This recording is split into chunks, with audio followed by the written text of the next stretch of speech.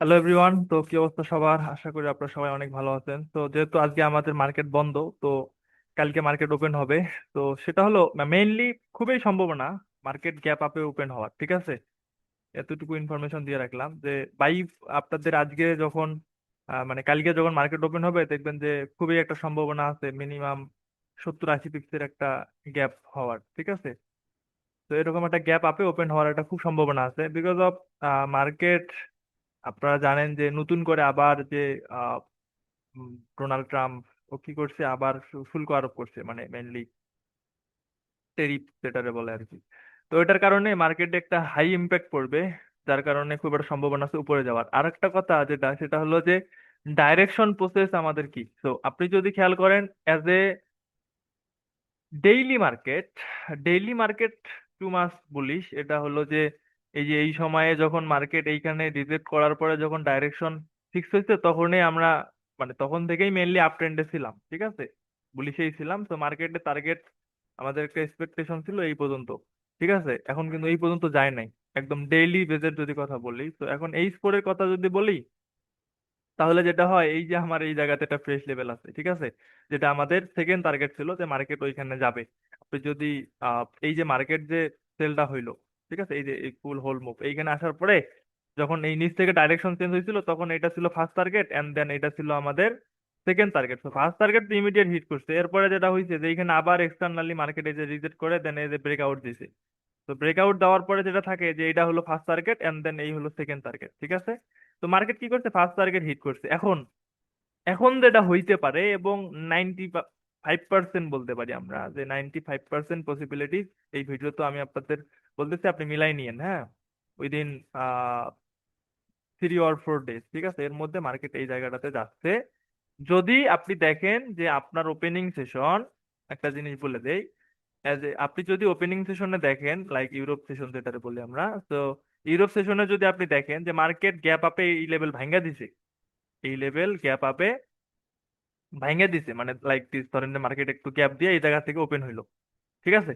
তো যদি এইখান থেকে ওপেন হয় তাহলে আপনি ধরে নেন যে হয়তো 2 দিন সর্বোচ্চ বা একদিন এর মধ্যে মার্কেট এই জায়গাতে যাচ্ছে, আমাদের এই 5300 যে লেভেল, প্রেস লেভেল, এই যে এই প্রেস লেভেলে যাচ্ছে। হয়তো বা এখানে আরেকটা ঘটনাও ঘটতে পারে, কিরকম like this.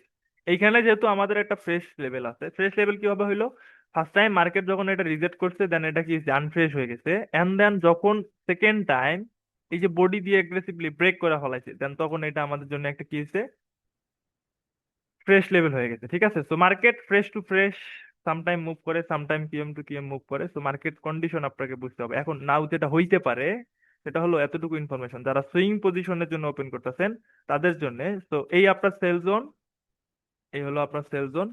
And then market যদি গ্যাপ আপে এটা ব্রেকআউট করে যায় তাহলে আপনি যেটা করবেন এই সেল জোনটারে বাইজন ধইরা এন্ড দেন আপনি এইখানে এক্সিকিউশন প্রসেসিং, ঠিক আছে। এক্সিকিউশন প্রসেসিং এ মার্কেট যখন রিটেস্টে আসবে এইখান থেকে বাই সুইং অন করলে দেন আপনার টিপি থাকবে ফার্স্ট, মানে একদম লাস্ট টিপি থাকবে এই লেভেল পর্যন্ত, ঠিক আছে।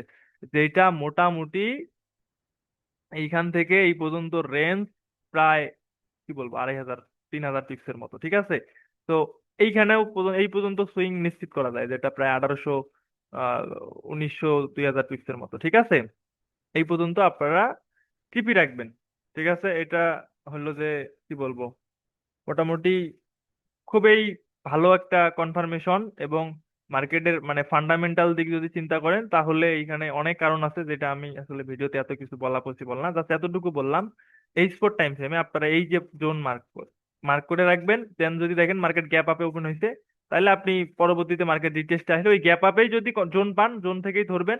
অথবা যদি রিটেস্টে মার্কেট এখানে আসার সম্ভাবনা খুব কম এই জায়গাতে, হ্যাঁ, এখানে যদি আপনারা জোন দেয় তো এই জোন টু এই জোন পর্যন্ত আপনারা নেক্সট উইকের জন্য কি বলে সুইং করতে পারেন, ঠিক আছে। মার্কেট কনফার্ম এই পর্যন্ত যাবেই যাবে, ঠিক আছে। মার্কেট এই পর্যন্ত কনফার্ম যাবেই যাবে, ঠিক আছে। এইখানে আরেকটা ঘটনা ঘটতে পারে, এই এই লেভেলে যাওয়ার পরে হয়তো রিজেক্ট করলে এইখানে একটু পুল ব্যাক আসতে পারে, দেন এইখানে হয়তো একটু কনসোলিডেট ক্রিয়েট করে দেন এটা হিট করবে, ঠিক আছে। এই পর্যন্ত মোটামুটি ডাইরেকশন ফিক্সড হয়ে যাবে বা হয়ে গেছে, হ্যাঁ। এখন কনফার্ম হবে যখন আপনার মার্কেট এইখানে একটা গ্যাপ আপে ওপেন হবে। তো ঠিক আছে, দেখা যাক কি হয়।